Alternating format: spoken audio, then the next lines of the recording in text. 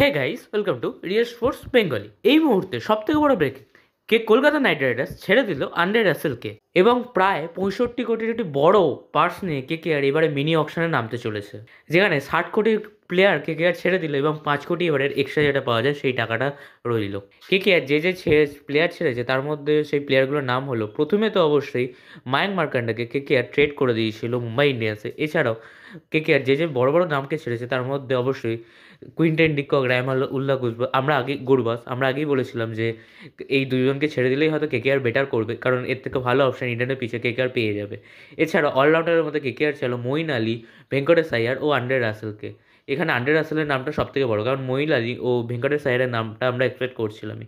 অন্যদিকে বোলারদের মধ্যে কেকেআর ছিল মায়ার মার্কেটে, যে কলকাতা ট্রেড করে দিয়েছিল। এছাড়াও চেতন সাকারিয়া, আন্ড্রিক নোকিয়া এবং স্পেন্সার জনসন, অর্থাৎ দুটো বিদেশি ফাস্ট বোলারকেই কেকেআর ছেড়ে দিল।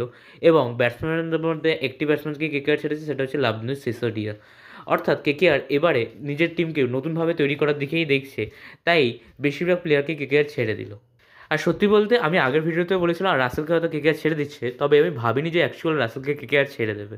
রাসেল মানি কেকেআর হয়ে গিয়েছিল একটা সময়, আর সেই রাসেল কি আজকে কেকেআর ছাড়লো। হ্যাঁ, আর রেখে দিল তার বদলে রোমেন পাওয়ালকে। হ্যাঁ, রোমেন পাওয়াল 1.5 কোটি টাকা সত্যি একটি খুব সুন্দর ব্যাকআপ অপশন, কারণ সেরফান রাদারফোর্ড ও অন্যান্য প্লেয়ারদের থেকে এই মুহূর্তে রোমেন পাওয়াল বেশ ভালোই ফর্মে আছে ও ব্যাকআপ হিসাবে রোমেন পাওয়াল যথেষ্ট ভালো অপশন। অন্যদিকে রাসেলকে যেহেতু 12 কোটি টাকার প্রাইস ছিল, সেই কারণেই রাসেলকে ছাড়লো। এবার দেখার এটাই থাকবে কেকেআর কি অকশনে রাসেলকে আবার ফেরত পাবে। চাপ মনে হচ্ছে, কারণ কেকেআর 1 নম্বর তো ক্যামেরন গ্রিনের দিকে যাবে, 2 নম্বর আমার যতদূর মনে হচ্ছে ভেঙ্কটেশ আয়ারকেও কেকেআর 10 থেকে 12 কোটির মধ্যে নিজের টিমে আনতে যাবে, কি সেটা 15 কোটিও যেতে পারে। তারপর রাসেলের ওপর যাওয়াটা সত্যিই চাপ মনে হচ্ছে। হয়তো কেকেআর রাসেলের সম্পর্কটা শেষ হতে চললো এখানেই আইপিএলের ক্ষেত্রে। রাসেলকে হয়তো আমরা অন্য টিমে দেখতে যেতে পারি, তবে আমি পার্সোনালি চাইবো আমি যেন রাসেলের খেলা আবার দেখতে পাই, কারণ আমার সে মনে আছে 2018-2019-এর টাইমটা, যখন আমরা বসে থাকতো একটি প্লেয়ার আন্দ্রে রাসেল আছে মানে আমরা ম্যাচ জিতবই, সে যেরকম সিচুয়েশনই হোক না কারণ সেই 2019-এর সেই টাইমগুলো আমার এখন মনে পড়ছে। এবার দেখার এটাই থাকবে কেকেআর এইবারের মিনি অকশনে কীরকম স্ট্র্যাটেজি নিয়ে যায় ও কী জাতীয় প্লেয়ারকে কেকেআর নিতে পারে তাদের টিমে। কেকেআরদের রিটেনশন নিয়ে আপনাদের কী মতামত অবশ্যই কমেন্টে জানান।